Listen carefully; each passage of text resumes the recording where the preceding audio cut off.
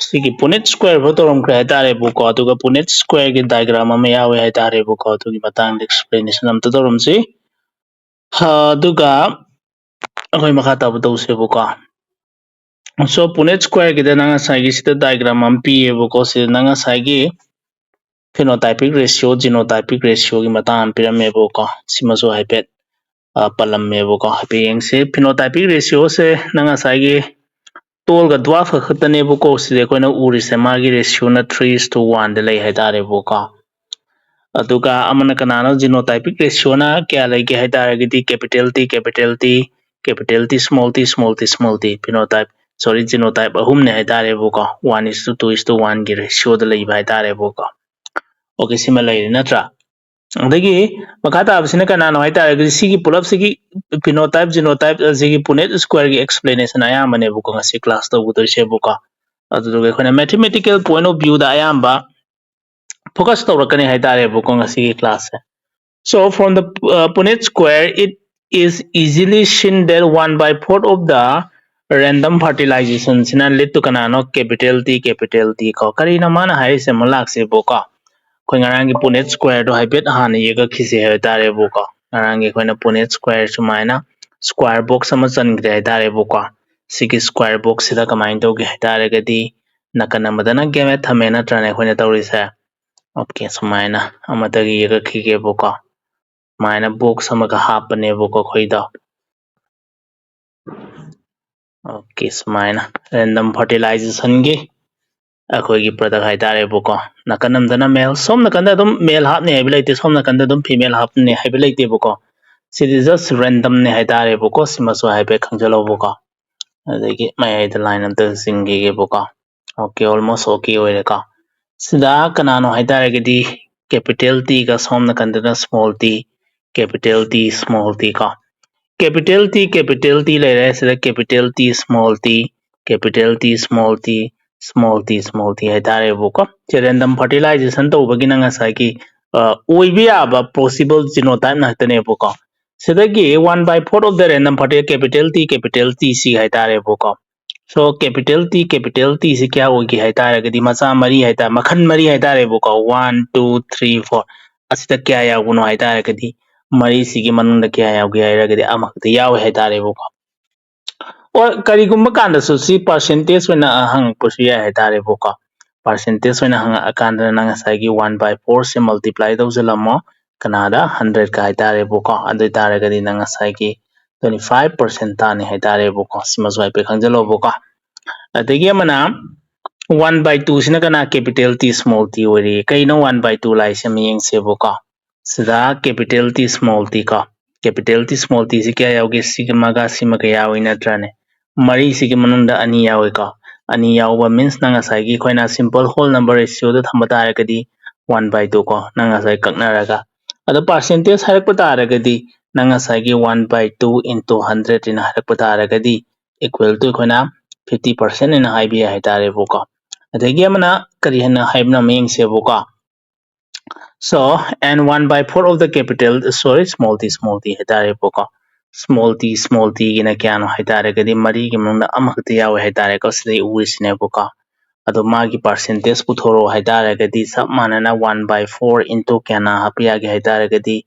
100 haitare gadi 25% haitare ko ado loine tinjalagi yengo buko loine tinjalagi yeng kan nang sagi 100% oigidai ne buko kaigamba 100% tadraba nang holi to lan ga doine haitare buko sugum baso koina haipet khangjen bi aye buko si cross tagi adegi true ko true nate do haibne buko do da kanano haitare gidi f1 has a genotype kanano haitare gidi capital T small t but the phenotypic character seen is tall at f2 3/4 of the plant are tall where some of them are kanano capital T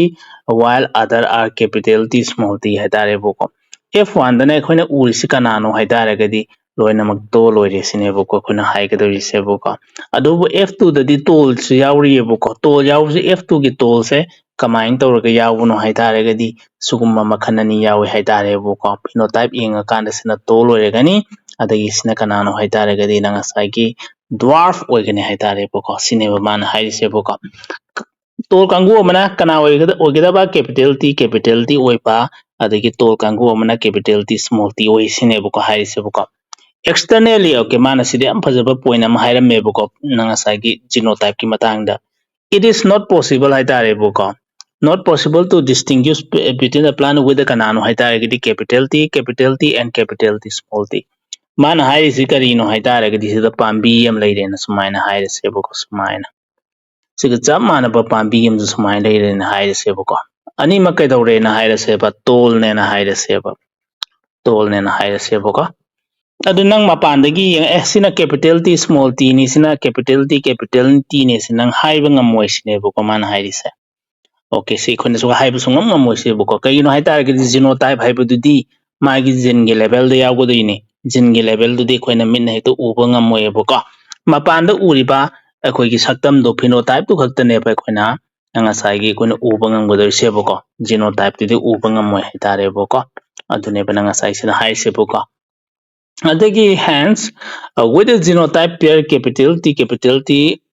only one character capital T is expressed hence the character capital T or the tone is said to be dominant over the other small t or a dwarf character haitarebo sida mana hairisina karino haitaragidi sida capital T small t ama leirena hairisebo sida kanano express tawgadurisi haitaragidi capital T se express tawgani haitarebo express tawba taragadi masi kari oigadaba tol oirani tol oibaside kainaba khona haigadurse once express pu tawba taragadi khona dominant ne haigadurine haitarebo ꯑꯗꯨꯕꯨ ꯅꯪ ꯉꯁꯥꯏꯒꯤ small T ꯁꯤꯗ ꯀꯃꯥꯏꯅ ꯇꯧꯕ ꯃꯥꯗꯤ express ꯇꯧꯗꯦ ꯍꯥꯏꯇꯥꯔꯦꯕꯀꯣ express ꯇꯧꯗꯕ means protein ꯄꯨꯊꯣꯛꯇꯕ transcription translation ꯇꯧꯗꯦ ꯍꯥꯏꯕꯒ ꯆꯞ ꯃꯥꯟꯅꯩꯕꯀꯣ ꯗꯨ ꯅꯣꯠ ꯑꯦꯛꯁꯄ꯭ꯔꯦꯁ ꯍꯥꯏꯇꯥꯔꯦꯕꯀꯣ ꯑꯦꯛꯁꯄ꯭ꯔꯦꯁ ꯇꯧꯗ꯭ꯔꯦ ꯑꯦꯛꯁꯄ꯭ꯔꯦꯁ ꯇꯧꯗ꯭ꯔꯕꯅꯤꯅ ꯀꯃꯥꯏꯅ ꯇꯧꯔꯅꯤ ꯅꯪ ꯉꯁꯥꯏꯒꯤ ꯗ꯭ꯋꯥꯔꯐ ꯑꯣꯏꯔꯅꯤ ꯍꯥꯏꯇꯥꯔꯦꯕꯀꯣ ꯑꯣꯔ ꯅꯪ ꯉꯁꯥꯏꯒꯤ express tꯧꯗꯕ as well as dwarfꯅ ꯃꯔꯝ ꯑꯣꯏꯗꯅ ꯃꯥꯁꯦ ꯀꯔꯝꯕ ꯀꯔꯦꯛꯇꯔ ꯀꯧꯔꯅꯤ ꯍꯥꯏꯇꯥꯔꯒꯗꯤ ꯑꯩꯈꯣꯏꯅ recessive character ꯍꯥꯏꯅ ꯀꯧꯒꯅꯤ ꯍꯥꯏꯇꯥꯔꯦꯕꯀꯣ ꯁꯤꯃꯁꯨ ꯑꯩꯈꯣꯏ ꯍꯥꯏꯐꯦꯠ ꯈꯪꯖꯤꯟꯁꯦꯕꯀꯣ okay it is due to the ꯀꯔꯤꯅꯣ ꯍꯥꯏ ꯑꯃ ꯌꯦꯡꯁꯦꯕꯀꯣ it is thus ꯀꯣ due to this dominance of one character over the other of all the F1 are told through the though the genotype is capital T small t adunabu maram oidana nang ngasai boko khoina F1 sira loinamak tolena phangini haitare boko ko nang ngasai capital T small t leijaraga su nang ngasai gi recessive allele ama yaujaraga su dominant allele ama leibana maram oidana makhoi se kari loina oibane ba tol oibane sneba ko khoina lowgadorisi haitare boko F1 sida khoina urse boko and kanano F2 dana 3/4 of the plant se tol oiba haitare boko si karigino dominant effect leibegine haitare boko tawdabu genotype tu nanga saigi capital T kina sorry capital T small t kina kyano half oirani adagi nanga sai capital T kina kana hone 1/4 sida piriba information mayam singsinebo ka man hai sebo ka this lead to the phenotypic ratio 3/4 tol haitare boko adagi eng amaying sebo ko 3/4 tol haitare gadi kamai tawraga leibno amaying sebo ko mana sida ama plus ama tawraga pirame haitare boko so sumaina khoi asigi calculation se lakse boko sida mana phenotype haitare boko phenotypic ratio haitare boko masa mari leibada masa kyano tol oigadarse haitare gadi 3 ne haitare boko kanagino aina all se haitare gadi tol ge ko sida kari oirani haipet lakse boko sitol oirani sitol oirani sitol oirani sitol oigadoini haitare boko adagi sigi 3/4 ratio si kamain tawraga lakhibano haitare gadi boko nanga saigi capital T okay nakanda oina ai calculation tawrake haitare boko since haira kana nanga saigi boko 1/2 na kana oibano haitare gadi capital T nanga saigi small t oidoini haitare boko amana kanano plus kanano haitare 1/4 sina karino haitare nanga saigi capital T oiba sina maram oidana nanga saigi 3/4 ki ratio lakpani haitare boko okay sima leire ko noina nanga saigi si LCM loraga so dum tagadaba leire haitare boko that is 1/4 sina kanano capital T okay sina nanga sai dwarf haitare boko okay dwarf ki ratio putho haitare boko dwarf ki ratio puthoo haitare sumaina pibi ai ko out of 4 da 1 khata yawena ko hoi sida su dum mi budi akoina haira su ya haitare bu ko okay tol na te bu ko si dwarf oi ga doini haitare bu ko mari si gi mangda ama khata yawi sine bu khona hai ga doi se bu ko kamba ratio da 3:1 gi ratio da yagu doine bu ko but da nanga sai gi genotype ratio sina 1:3:1 haitare bu ko kari gino ma yeng se bu ko sida genotype ama leire ko genotypic ratio lag se bu ko genotypic ratio haitare sida capital T makhan ama leire adagi amana sina capital T small t ama leire haitare sidi chap mana khre chap mana ramina hanjana idrasu yare amana small t haitare capital T kya yawi ama yawi haitare capital T small t kya yawi ani yawi small t na ama yawi haitare sinna ngasai gi genotypic ratio 1:2:1 sumain do lakadoini haitare adagi phenotypic ratio sina kamai to ba khona 3:1 da lakani haitare 3 sina kana ogidaba 2 loirani sina kana ogidaba 1 sina nanga sagi dwarf ogidoini haitare okay sima lai adagi mana basic calculation ama suma khada pirangmani haitare chima bai haber hotoram se thus kanada 1:1/4:1/2:1/4 ratio of capital T small t in mathematically condensable form the EPI ko kanagi binomial expansion haitare binomial expansion haitare gari noina mesh tambado ko ax plus by power square haitare asigi form the EPI haitare that has the gamete bearing capital T and small t in the equal frequency of 1/2 haitare khari no man haisi su yeng se the expansion expression is expanded as below haitare so अखोइना parent लौ मतमदा combine तौरगा लौगे हाइतारगदि ना ngasai capital T small t हाइबा parent लौरेदना सिदगी लाकपा गेमेट से कनानो capital T हाइबा अमगा अमना कनानो हाइतारगदि small t हाइबा अमगा को मुन्ना ताओबो सिदबो करीनो अम येंगसेबो capital T की रेशियो क्यानो out of 2 गेमेट सिदा capital T क्या यावनो हाइतारगदि अमा अनि सिदा capital T अमा यावे हाइतारेबो सिना ना ngasai क्या यावा ना ngasai अमा यावेने हाइगदोइनेबो सिदगी मानगोंदगी लाकपा याबा ना ngasai possible genotype सिनेबो Koyna पुथोरकदोरिसेबो अदोइ तारगदि 1/2 capital T plus 1/2 small t haitareboko sigi binomial expansion tawraseboko binomial expansion ko mana sida pidiba ax plus by nangasagi power 2 haitareboko sineba nangasagi hoina binomial expansion haitaregedeboko magi formula ko a sina kanaga mana kiba half ka mana boko adagi nangasagi b sina ka x sina kanaga t capital T ga mana ba b sina kanaga half ka adai nanga saigi sina kanaga small t haitare boko so sumaina irakpi haitare boko sina nanga saigi khoina a plus b whole in square gi formula sina rpi haitare boko or sumaina tawragi e rasi haitare boko 1/2 capital T plus 1/2 small t haitare boko into chap mana ba haitare boko chap mana na sumaina multiply tawrakpaga chap mana haitare boko noina kamain tawrgi haitare noina 2 square haitare noina 2 into 2 ine idana aduga chap mana na sigi whole equation sai kamain tawrgi ya gi haitare sumaina tangkhai thokpi yai sine boko mana haise adu taragadi kamain tawrani sina multiply tawjanaro tadagi 1/2 capital T laura age boko si laura age si whole thing laura age boko 1/2 capital T plus 1/2 small t haitare amaka si amak laura age boko plus 1/2 small t 1/2 capital T plus 1/2 small t haitare boko okay sida adu taragadi siga multiply tawjallase boko siga multiply tawjanba taragadi sida lakpa yarise kanano wane yang matamda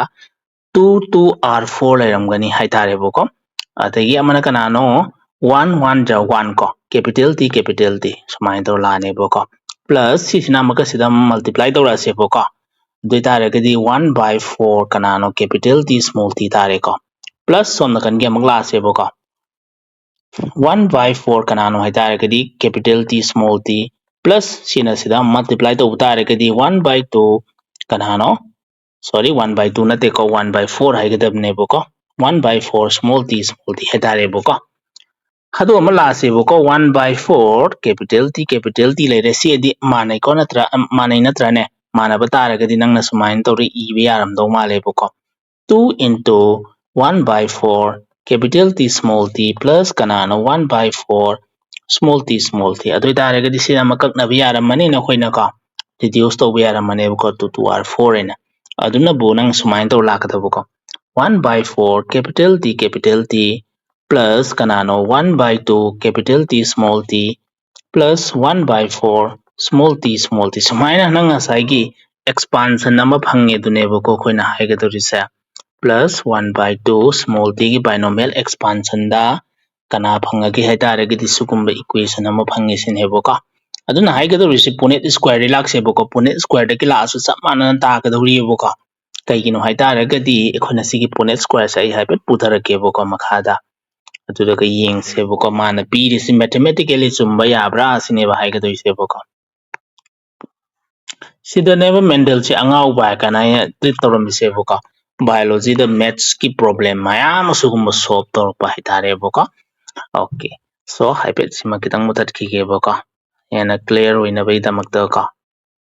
okay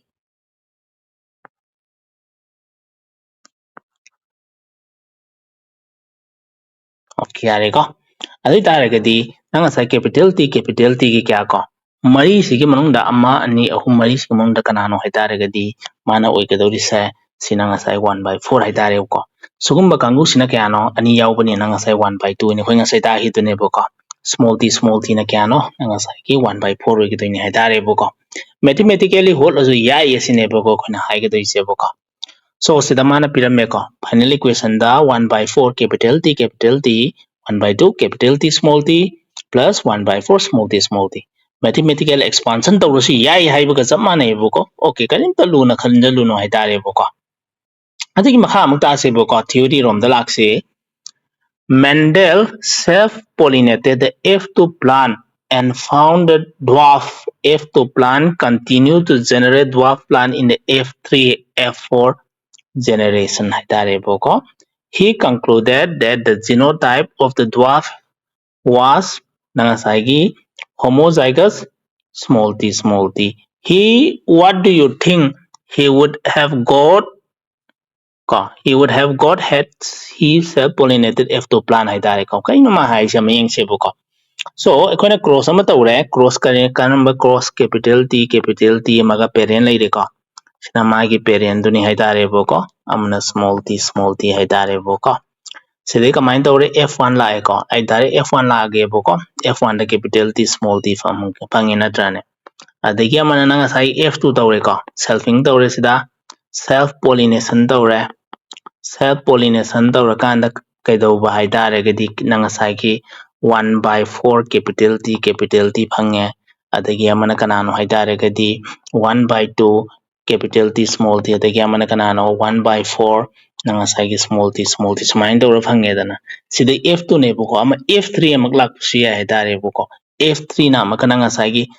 siga cross tawnaba natraga nanga sai ki siga ama cross tawnarakadoi buko makha tana nanga sai f3 ki lakpi yaiba adagi f3 ki magi masen se amaga cross pollination tawraka nanga sai f4 lakadoi buko f3 oigera f4 oigera buko mana nanga sai ge buko kaitawgadaba dwarf adum phangani haitare buko dwarf plant se adu appear tawrakpa haitare buko f1 da khakte appear tawramdabani f3 f4 gadi dum repeat oina nanga sai ki dwarf se repeat tawrakani sine buko mana haise buko adai mana conclusion am laure buko kari conclusion no he concluded that the genotype of the dwarf plant was homozygous karigino haitare mana nanga sai ki sira laukiba dwarf se kari oibano nanga sai ki homozygous oibagi sise homozygous oibagi maram oidana nanga sai ki sidasu nanga sai ki dwarf fangbani sidasu amaka nanga sai ki dwarf fangini sinebo ko man haise boko sugumba conclusion gi type se dum nanga sai ki kari da hang pi haitare boko statement based oina hang pi haitare boko sim hai pe kangjolo boko duga next samako command hire what do you think he would have got if he self pollinated tall f2 kanano plant haidare ko tall F2 plant se nanga saigi cross pollination tawrabadi self pollination taw taragadi kari phanggadamno amte yengse boko adoi taragadi nanga saigi C lawrasu yai C lawrasu yai boko adoi taragadi ko C one lawrase boko adoi taragadi ai F3 harake haidare boko F3 lawrake boko F3 se kana gi lawrapno haidare case amada C khakto ine lawrake boko C gi lawrasu yai C gi lawrasu yai dare boko adoi taragadi nanga saigi capital T small t amaka capital T small t silaw taragadi mai macha se handana amaka kamai tawgani hairagadi nanga saigi 1/4 capital T la ani adagi amana 1/2 capital T small t adagi amana 1/4 small t haidare boko simai dum lakadoine or si law taragadi kamai tawgadaba loinama all tol oigadoine haidare boko sigi F3 na kai oidaba all kaidoba tol oigadoine haidare sigi law taragadi kaidoba sigi F3 law taragadi kana oigidaba all dwarf ne bo oigadoise haidare boko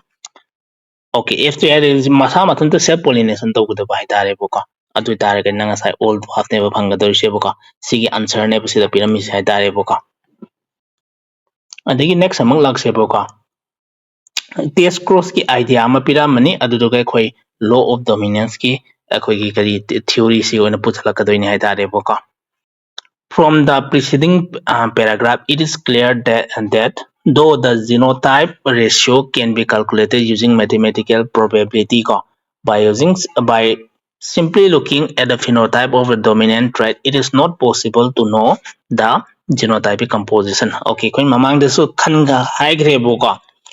genotypic ratio se kana gi through the khoina khangbiya ge haitare ge di mathematical probability ki calculation torga uba phangi haitare ka calculate tobiya haitare boko adu oira taraga su phenotype to di khoina mapan thong dagi ugane haitare boko by simply looking haitare ko adu genotype to di nang uba phangoi sine boko sugumba statement based adom hang piya be area ne haitare boko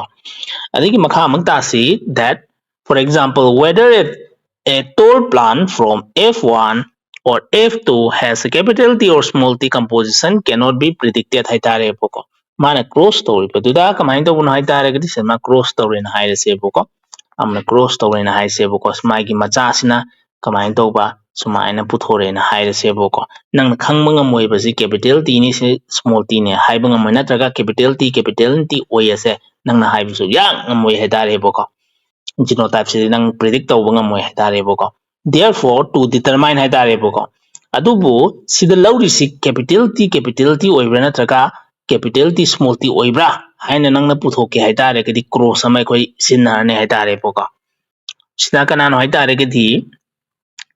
okay therefore to determine the genotype of the tall plant haitare boko in F2 Mendel crossed the tall plant from F2 with the kanano haitare kadi dwarf plant he called kanano test cross haitare boko adu haitare kadi test cross amang lakse boko test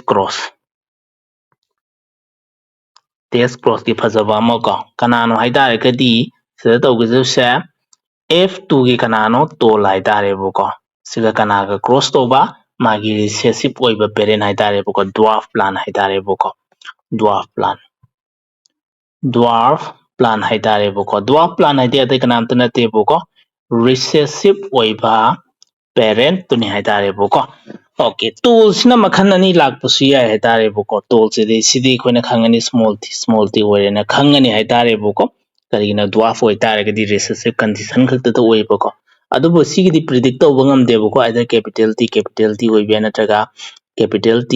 nanga saigi small t oirak pi sine boko ani sigi manungda amai to oirak pi sine boko test cross se dai koina kamai to khangba yam nam ning se boko in a typical test cross an organism haitare ko p plan here so a dominant phenotype ko showing a dominant phenotype and whose genotype is to be expressed is crossed with a kanano recessive parent instead of self nanga saigi crossing haitare boko test cross tadi khone kamai to buno haitare kadi magi dominant oiriba phenotype haitare boko dominant oiriba phenotype haitare boko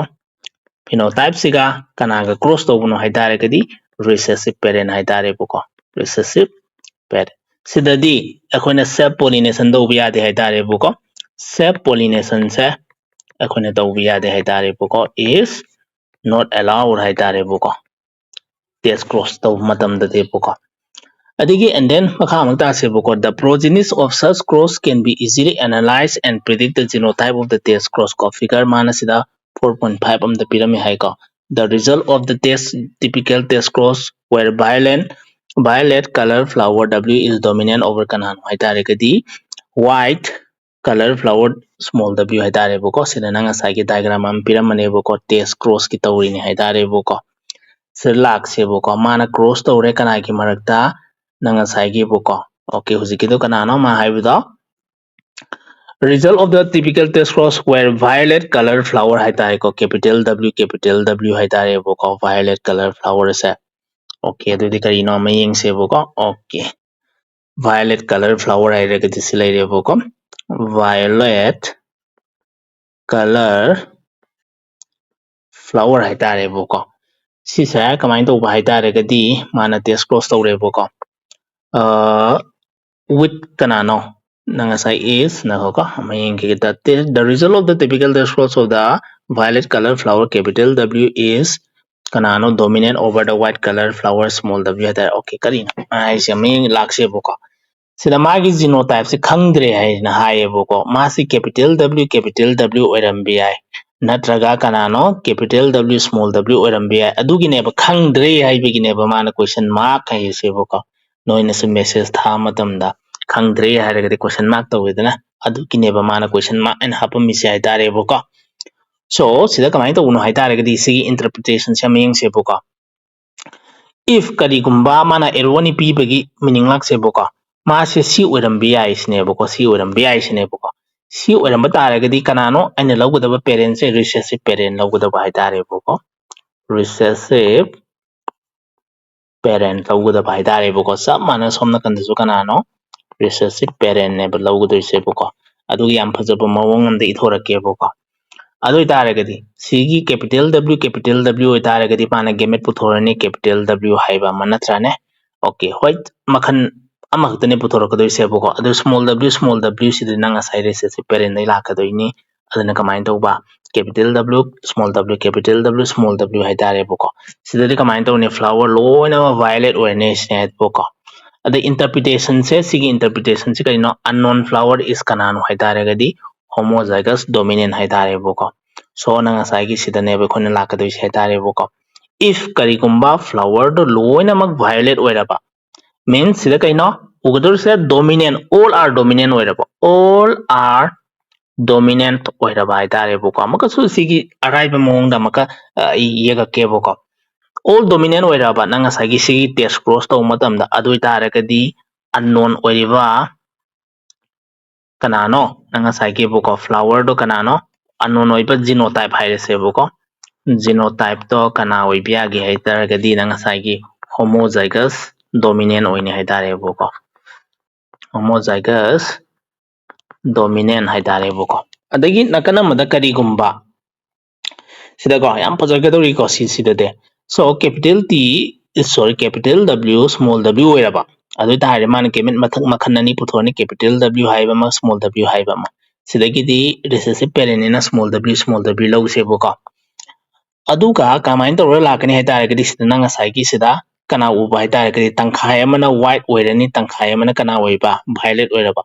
so half of the flower are violet and half of the white hai tare ko adu tare gadi unknown genotype to kedogadaba ekhon heterozygous oine sine boko lakadoise so sigi condition hai tare boko karigumba half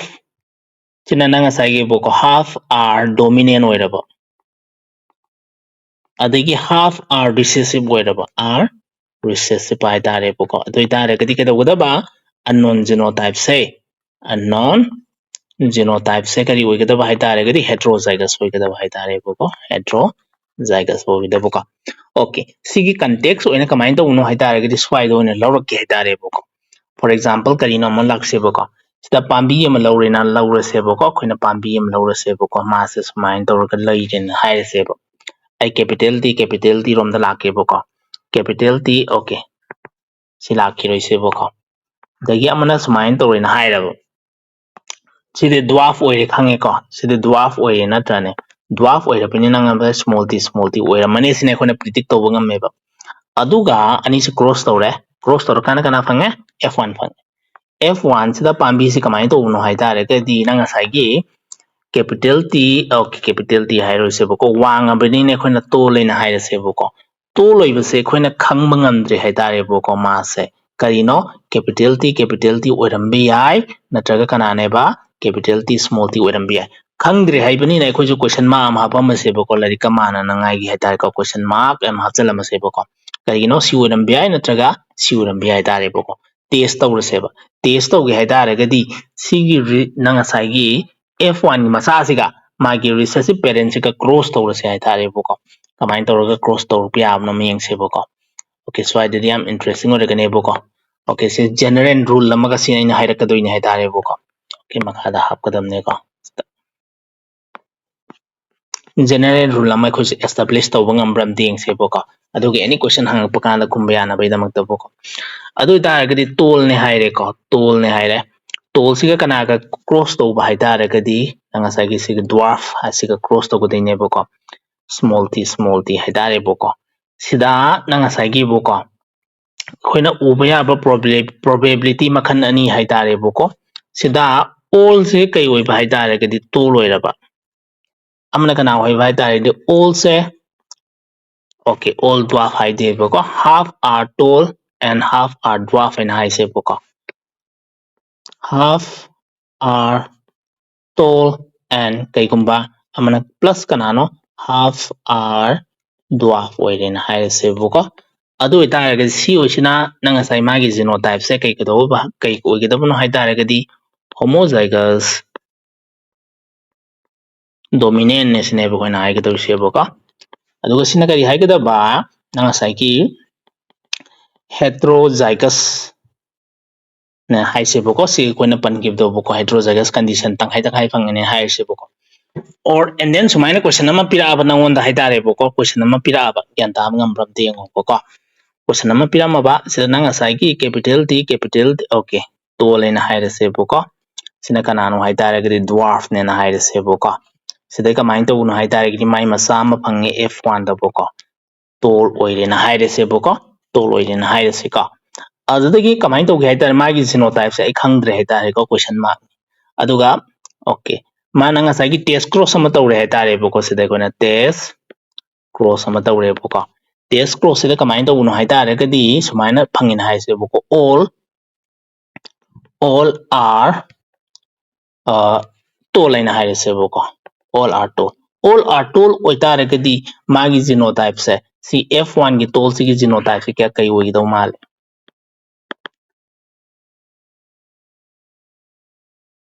dominant okay homozygous oi kedra heterozygous oi kedra sine paina hangi se boko homozygous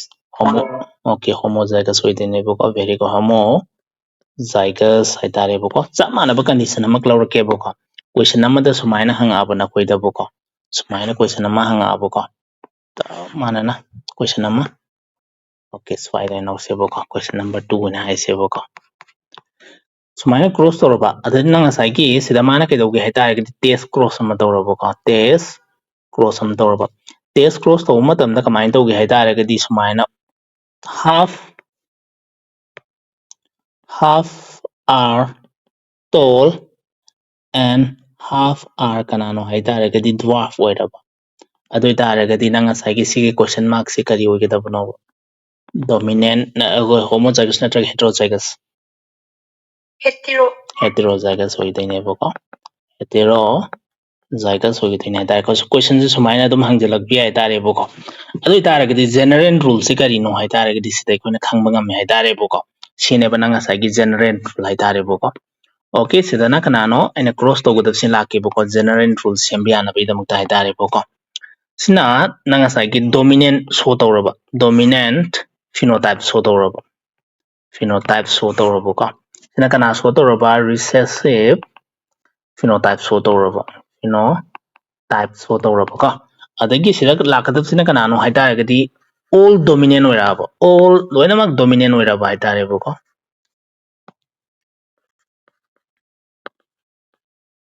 adu taragadi khona kai ko da ba haita gadi homozygous oirane sinebo ko magi kai sebo ko magi genotype homozygous genotype hai sebo ko genotype ꯑꯗꯨꯒ ꯀꯔꯤꯒꯨꯝꯕ half r ꯀꯅꯥꯅꯣ dominant ꯑꯣꯏꯔꯛꯑꯕ and half r recessive ꯑꯣꯏꯔꯛꯑꯕ half r dominant phenotype ꯑꯣꯏꯔꯛꯑꯕꯀꯣ all dominant phenotype ꯍꯥꯏꯅ ꯍꯥꯏꯔꯝꯁꯦꯕꯀꯣ phenotype ꯍꯥꯏꯅ ꯍꯥꯏꯁꯦꯕꯀꯣ all dominant phenotype adagi all are sorry half haigdamnebako recessive phenotype oraba adoi taragadi sine khona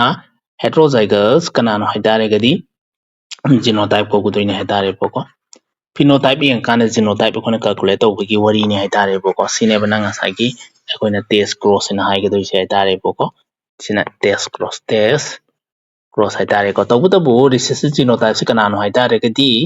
मासी कनानो recessive parent की ओइदबा हाइतारे Boko recessive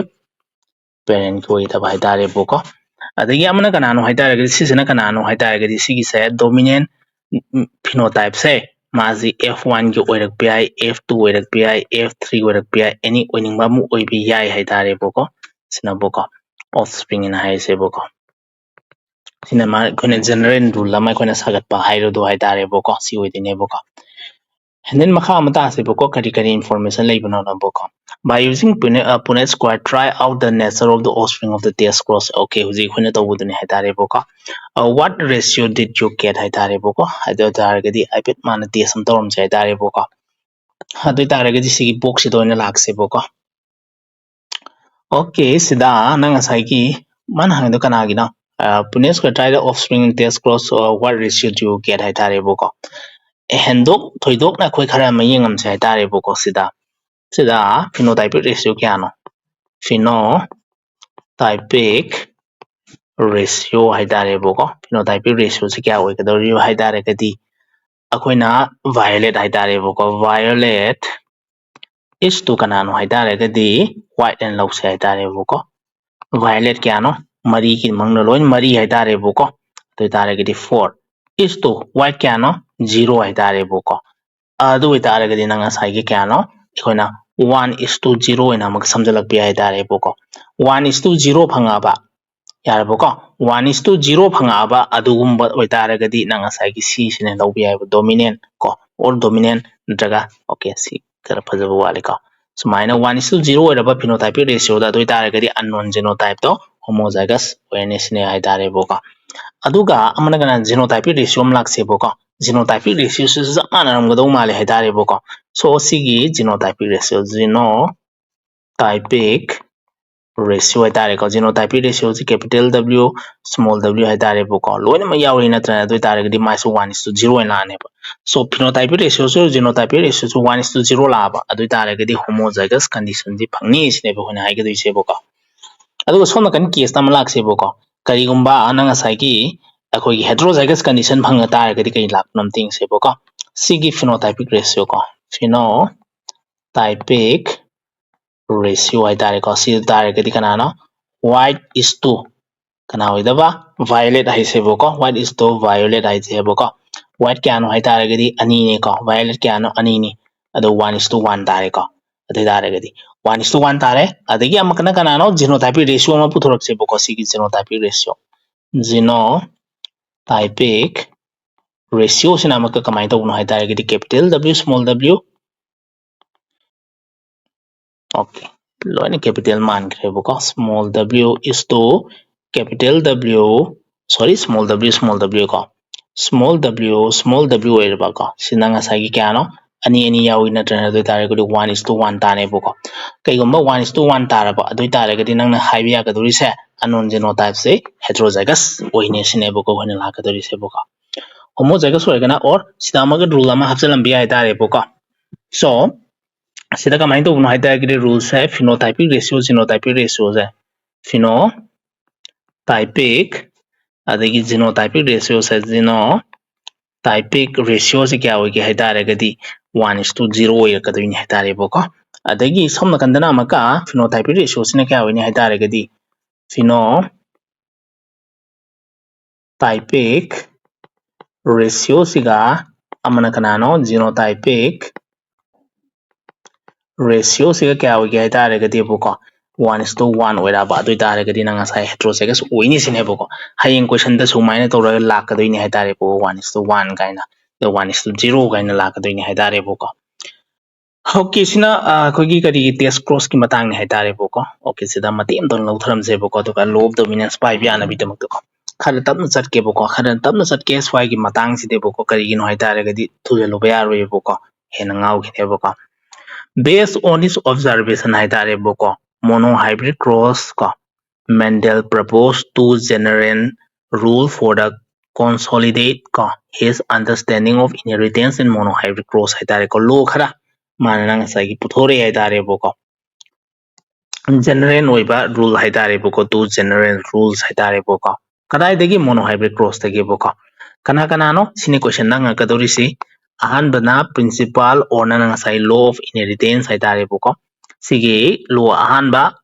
law of dominance haiba ma adagi law of segregation haiba ma ada law of dominance or law of segregation kana ri lo thoro puno na question nang eboko monohybrid cross dagi ne boko aduna khoni sumaini iram se boko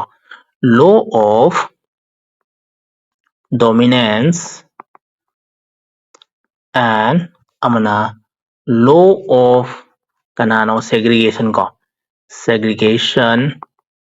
derived from kanadagi monohybrid cross haitare boko hybrid cross noina so question pa matam da thengnaramgani haitare boko sumaina adagi law of independent assortment duna dihybrid cross dagi lakadoini haitare boko okay hayeng sina ko law of dominance tawrani law of segregation tawrani asi law su am important oi haitare boko amak pa pada pak tawo yada boko sigi general rule sidagi question mayam hangpasu yai ko statement based ta natragi assertion reason da kuma mayam hangpasu yai tare boko okay sigi related oi question amta hana solve tawise boko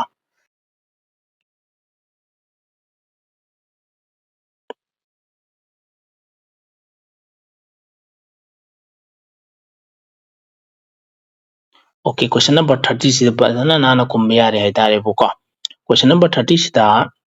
mana hangisi test cross involve cross between kana imarta tawba cross noi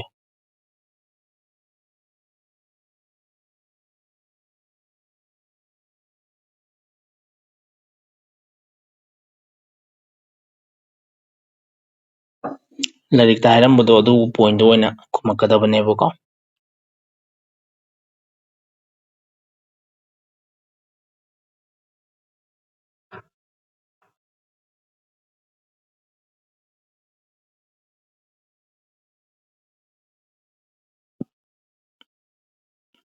kana neba if to plan ga kana ga cross over recessive parent ga cross to bane boko noi sida nang en ngasai haibudo adu tane ba lakadoi se boko sida kana gi marta cross to na mana ngasai hai se boko test cross se f2 gi magi tol haigadi dominant haitare boko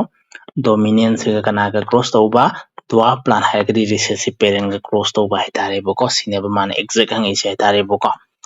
adagi Mendel perform test cross to know the kaino mana kari khangning bagi no ba test cross tawrido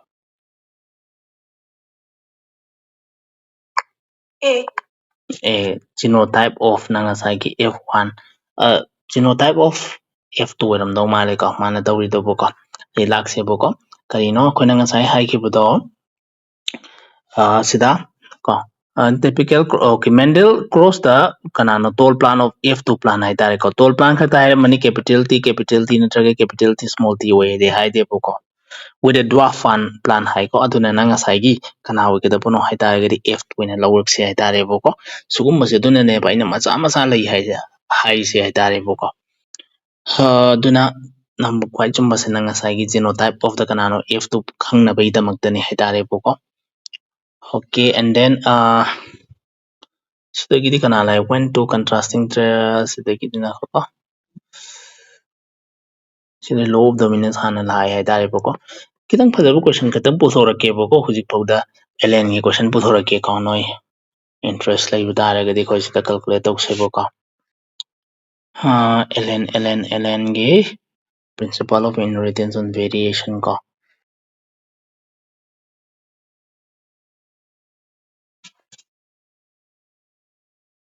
question phajaba yauri hai tare boko sida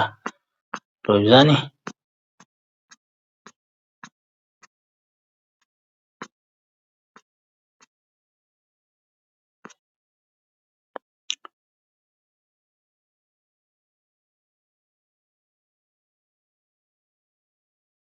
Dihybrid lomda laroiseboko, monohybrid lomda lakseboko khoi. Question number I somna kan pujalake. Somna kan pujalake. Namtang ayo ka. Somna kan gi book sido ne pujalake ko to ne na pani. The khot punong ai roi. Class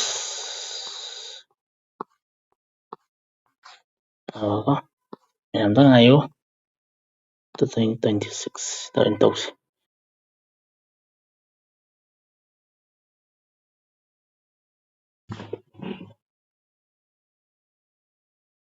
Chile ko. File this saw ay wala to na nebo ko. Laptop to transfer to kisu yada ba.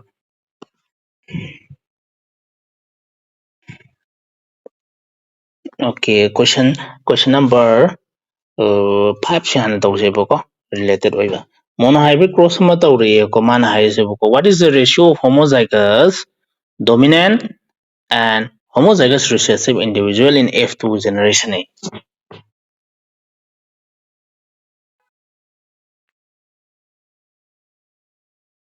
Homozygous dominant amsong homozygous recessive haitare ko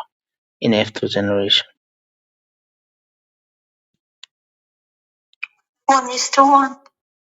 1:1. Number 4 da. Hybrid yingse ko hole yingse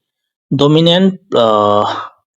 in monohybrid cross the ratio of homozygous dominant haitare ko homozygous dominant haitare gati capital D haitare ko and homozygous recessive haitare ko adu tare gati capital T small t sigi ratio putho hai ni haitare ko adu tare gati khona ngasai gi punit square da 1/4 sina nga sai capital T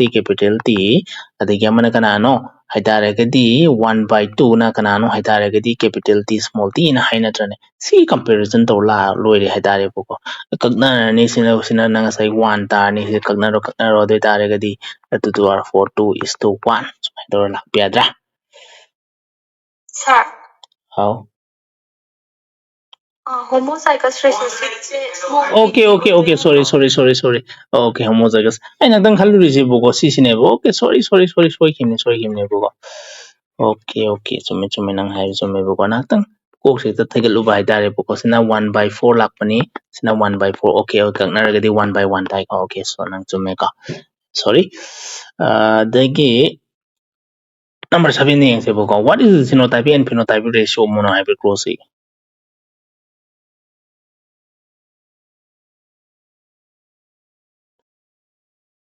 1:1. 1:1. Test cross ki hang mane buko. What is the genotype and phenotype ratio? Okay, ngasai 1:1 ne khone ngasai am ta hibodo aduduni haitare boko smai to apply to bi ai boko aduni am phajab question yawe ko khara adum yangke swaida test box ta khara lake ko siloin ta kadoini ta itham jangan gadoini haitare boko sidadi haitabi ade boko pura expert to sakidoini haitare boko asidadi ais kibu kirin dawrija. Okay. Question number 8 is when F1 generation hybrid capital T small t is crossed with a dwarf small t, it is a case of Carino ima karamba case no. Test cross haitare boka. Adu like the haramidana test cross si F2 ga recessive perengal ta haina hai ko adu question to ya yaninga bam power haitare ko to like na harambani na lauda biadre haitare boka. Okay, very good. Chumekadagi gamet puthokpa sigumbasidhi tamdre haitare boko. Ako kari yengki ke boko. Previous year question daga yawramte yengki ke boko.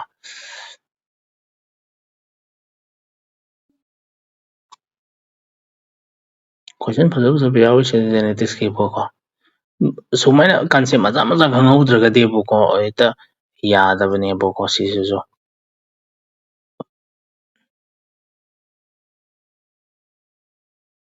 Okay, sina previous year question laeka.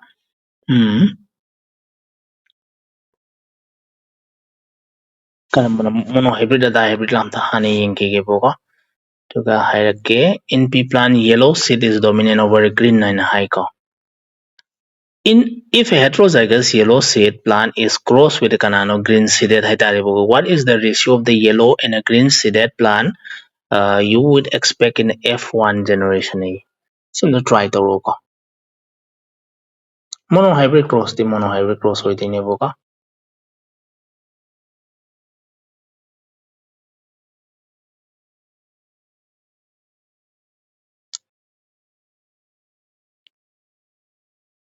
yellow gina capital Y ka small y ka lauro haitarebo ka3:1.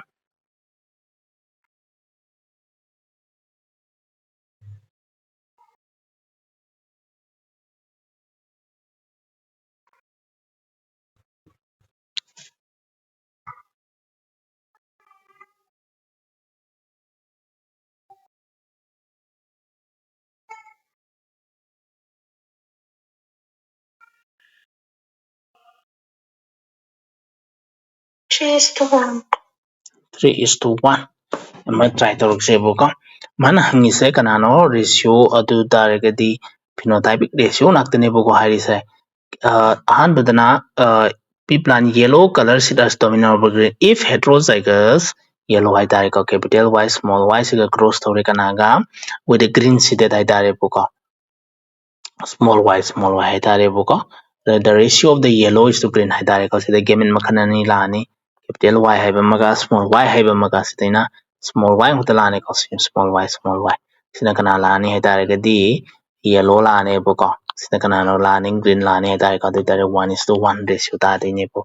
1:1 lani sibo karino in torsiba come thinking, what is the ratio of yellow and a green seeded plant you would expect in F1 generation? Option 1. Ado okay, okay, very good option 1 yai ko. Kaigino haitare nang sai si kana de 1:1 lai haitare po ko. Adugi oina sumain tawsi yai haitare po ko. Naktan ko si 1:1 taina 1:1 nang yaudre na khalukadoi ni haitare po ko aina huji khanbudu mena po ko ado 50/50 haitare gadi atai kanam tan te 1:1 ka sab mana haitare po ko. Sine me question ji lekhai ra hang bu se haitare po ko sida ne ngaudoris. Adai noina si pedigree ke da ento yam ngaubni asisu yam thina irai lai mong daga takadoi adai noina yam luba ma khal leiri po ko. And some satra sing na hang pa haitare po ko. Si kari ge hari win back to panjalakpa equation gumba adagi amana kanano haitaragadi gene frequency gi puthorakpa haitare po ko dugumba question ya mem leiri po ko matang yawra kanda loina solve tawmina se po ko sibo de ni doubt leiragadi hairoba.